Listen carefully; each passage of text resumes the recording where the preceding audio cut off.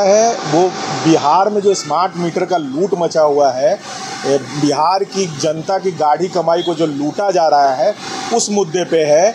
ये अभी तक समझ में नहीं आ रहा है कि डिफरमेंट चार्ज क्या है। सरकार या उन सरकारी तंत्र यह बताने में असफल है कि डिफरमेंट चार्ज क्या है।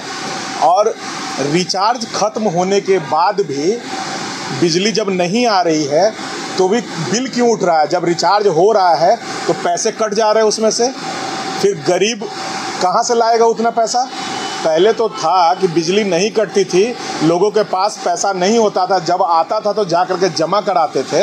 अभी तो स्थिति बहुत ख़राब है, गरीब का घर तो अंधेरे में डूबा जा रहा है, लोग आर्थिक रूप से हलकान हो रहे हैं, ऐसे ही महंगाई की मार पहले से झेल रहे हैं। और अब स्मार्ट मीटर का ये बड़ा बोझ झेल पाना लोगों के लिए नामुमकिन हो रहा है। और मुझे सरकार से और सरकारी तंत्र से ये भी जानना है कि ये जो सब्सिडी का पैसा जो आता है वो अब कहाँ जा रहा है, जब क्योंकि बिजली बहुत महंगी है। और मैं ये भी मान लूँ कि बिजली, चूँकि बिहार में प्रोडक्शन नहीं है बिजली की और सरकार को ख़रीदना पड़ रहा है, तो ठीक है, आज तक आपने सर साहब क्या किया? थर्मल पावर का यूनिट बहुत सारा क्यों नहीं लगा? बिहार का एक बड़ा हिस्सा बाढ़ग्रस्त रहता है, बाढ़ की पानी को बिजली में तब्दील क्यों नहीं किया गया? बिजली के लिए वो सब क्यों नहीं लाया गया? आज 21वीं शताब्दी में हम लोग हैं और वो ख़त्म होने जा रहा है, और फिर भी इस तरीके का व्यवहार, और अब जनता अंधेरे में जीने के लिए मजबूर है। ये कैसे और कब तक चलेगा? स्मार्ट मीटर का एक रेडिएशन भी बहुत ख़राब है। आप मोबाइल रेडिएशन की बात कहते हैं और स्मार्ट मीटर का भी रेडिएशन बहुत ख़राब है, स्वास्थ्य के लिए हानिकारक है।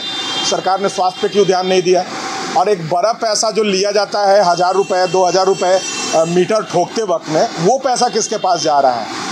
और जब बिजली का रिचार्ज हो जाता है, मान लीजिए कि हम 1000 रुपये का रिचार्ज कर दिए, आज हमने 100 रुपये का बिजली जलाया, तो उस 900 रुपये को 24 घंटा में उपयोग में कौन ला रहा है? अगर 24 घंटे में हम फिर 100 रुपये का उपयोग किए तो फिर 800 रुपये का उपयोग कौन कर रहा है? क्योंकि पैसा तो समय के हिसाब से कैलकुलेट होता है, तो उस समय में पैसे का दुरुपयोग या सदुपयोग कौन कर रहा है? सरकार ये भी जवाब दे। और हमें ये जानना है कि ये स्मार्ट मीटर ही सॉल्यूशन क्यों? अलग अन्य राज्यों में या अन्य देशों में स्मार्ट मीटर लगाया गया, प्रीपेड मीटर जब लगाया गया तो उसको उखाड़ करके क्यों फेंका गया? फिर से उसी मीटर पर क्यों आ रहे हैं? यानी कि ये फेल्योर है। और एक बड़े IAS अधिकारी का नाम स्मार्ट मीटर के घोटाले में भी आ रहा था, तो फिर वो क्या हुआ? क्यों सरकार क्यों मजबूर है इन चीज़ों पे? सरकार को ध्यान देना होगा, क्योंकि नीतीश बाबू की सरकार हमेशा से गरीबों की सरकार रही है, आम आदमी की सरकार रही है उनकी। तो इस चीज़ पे सरकार से हाथ जोड़ करके निवेदन है कि वो गौर करे और स्मार्ट मीटर की समस्या को जल्द से जल्द सुलझाए। और हम लोग बहुत जल्द ये सूचित कर रहे हैं कि रीट फाइल करने के लिए, पब्लिक पिटीशन फाइल करने के लिए पटना हाई कोर्ट का शरण लेने जा रहे हैं।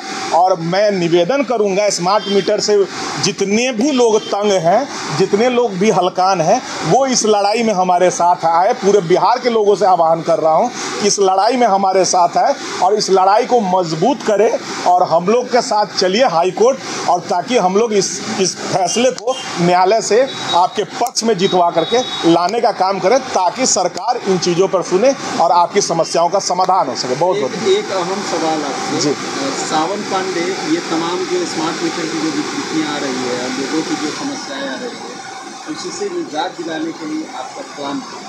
देखिए, उससे निजात दिलाने के लिए हम लोगों ने कई एक्सपर्ट्स को बुला लिया है, एक्सपर्ट्स से हम लोगों ने वेरिफिकेशन करवाया है। बहुत सारी शिकायतें हैं, जो ये शिकायत का पुलिंदा आप देख रहे हैं हमारे पास है, तो बहुत सारी शिकायतें हमारे पास आ रही हैं। और भी शिकायतें मोतिहारी से, बेतिया से, आपका सासाराम भभुआ से, किशनगंज से शिकायतें आ रही हैं हमारे पास चल करके। उन शिकायतों को लेते हुए सारे एक्सपर्ट्स के साथ मिल करके स्मार्ट मीटर की समस्या के समाधान के लिए हम लोग आज से लड़ाई आप लोगों के माध्यम से शुरू कर चुके हैं और न्यायालय के शरण में जा रहे हैं। न्यायालय के सामने हम लोग अपना भी मुद्दा रखेंगे, जिसका समाधान ये है, न्यायालय का आदेश हो जाएगा, उस समाधान के साथ सरकार के साथ हम लोग बैठेंगे और जनता को समाधान दिलवाने का काम करेंगे। जनता को आर्थिक रूप से स्मार्ट मीटर के नाम पर अब लूटने नहीं दिया जाएगा। क्या विकल्प है स्मार्ट मीटर का? स्मार्ट मीटर का विकल्प यही है कि पुनः उसी मीटर को फिर से सुधार करके लगाइए, ताकि चोरी बंद हो जाए, और केबलिंग जो भी है वो अंडरग्राउंड कीजिए। अपर केबलिंग खत्म कीजिए, जर्जर तार जो इधर उधर लटक रहा है इतना पैसा लेने के बाद भी, इन चीज़ों को बंद कीजिए। लोग हाथाहाथ में मर रहे हैं साहब, लोगों को करंट लग रहा है, पशुओं को करंट लग जा रहा है, वो बेजुबान मर जा रहे हैं। ये नहीं चलने दिया जाएगा। और जितना भी केबलिंग है उसको अंडरग्राउंड और बॉक्स केबलिंग में तब्दील कीजिए, क्योंकि मैक्सिमम मेट्रो सिटीज़ में, जिसको आप बेंगलोर हैदराबाद के रूप में जानते हैं, आज वो बॉक्स केबलिंग में चला गया है। बॉक्स केबलिंग कीजिए, बिजली की चोरी खत्म हो जाएगी और पुनः जो हमारा मीटर था उसमें कुछ सुधार करके, ताकि चोरी ना हो सके, उसको फिर से लाइए। और बाकी का समाधान में हमारे एक्सपर्ट काम कर रहे हैं। जब आ जाएगा एक्सपर्ट्स का रिपोर्ट तो हम लोग आपको रिपोर्ट भी देंगे और न्यायालय के समक्ष भी रखेंगे। लोगों के पास जो है फोन, एंड्रॉइड फोन नहीं है, वो कीपैड फोन रखते हैं। वो साइबर कैफे वाले से या रिचार्ज करने वाले लोगों से जाते हैं, उनसे मनमाना पैसा लिया जाता है। बिल्कुल लिया जा रहा है, क्योंकि ये सरकारी तंत्र जनता को अवेयर करने में एकदम असफल है। और उनका जो ये व्यवस्था है स्मार्ट मीटर का, ये एकदम फेल्योर व्यवस्था है, ये लूट की व्यवस्था है। सरकार से हाथ जोड़कर निवेदन है कि आप गरीबों के नेता रहे हैं, आप गरीबों के सरकार है, आपको विकास पुरुष सुशासन बाबू कहा जाता है, तो आपसे हाथ जोड़ के निवेदन है कि जनता की इस मजबूरी को देखिए और स्मार्ट मीटर को तुरंत के तुरंत हटाइए। हम लोग वैसे न्यायालय जा रहे हैं और भारत में न्यायपालिका सर्वोपरि है और हम लोग न्यायपालिका में उम्मीद और भरोसा रखने वाले लोग हैं।